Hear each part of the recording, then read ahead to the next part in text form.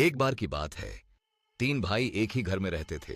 उनमें से 2 भाई गरीब थे, जबकि तीसरा भाई एक अमीर और सफल इंसान था। वह अपनी पत्नी से बेहद प्यार करता था। वह विदेश में नौकरी करता था और जब भी घर आता अपनी पत्नी के लिए कीमती तोहफे जरूर लाता। उसकी पत्नी भी बहुत ही सुंदर और आकर्षक थी, लेकिन घर की दोनों भाभियां उससे जलती थीं। वे उसकी खूबसूरती, पति के प्यार और कीमती तोहफों से बहुत ईर्ष्या करती थीं। वे चाहती थीं कि किसी तरह उसकी जिंदगी बर्बाद हो जाए।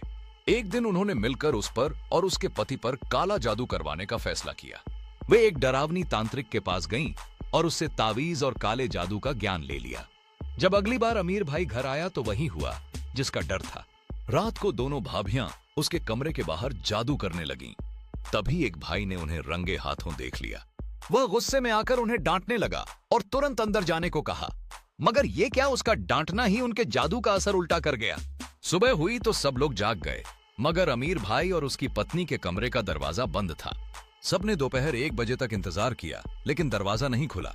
जब दरवाजा खटखटाया गया तो अंदर से अजीबोगरीब आवाजें आने लगीं। शक होने पर जब दरवाजा तोड़ा गया तो सबकी आंखें हैरानी से फटी कि बेड के पास एक औरत की लाश पड़ी थी। इसकी हड्डियां टूटी हुई थीं और उस पर एक किता झपटा हुआ था। लेकिन यह कोई आम कता नहीं था, यह उनका अपना भाई था, वही अमीर भाई। जादू के अलटा पड़ने से वो इंसान से जानवर बन चुका था, एक खूनख्वार दरिंदा जिसने अपनी ही बीवी को चीर फाड़ कर खा लिया। भाइयों ने बड़ी मुश्किल से उसे काबू में किया और जिस भाई ने रात को दोनों भाभियों को देखा था, उसे शक हुआ कि उस सब के पीछे उन्हीं का हाथ है। जब पूछा गया तो दोनों भाभियों ने इनकार कर दिया। आखिरकार पुलिस को बुलाया गया और सख्ती से पूछगुछ पर सच अगलवा लिया गया।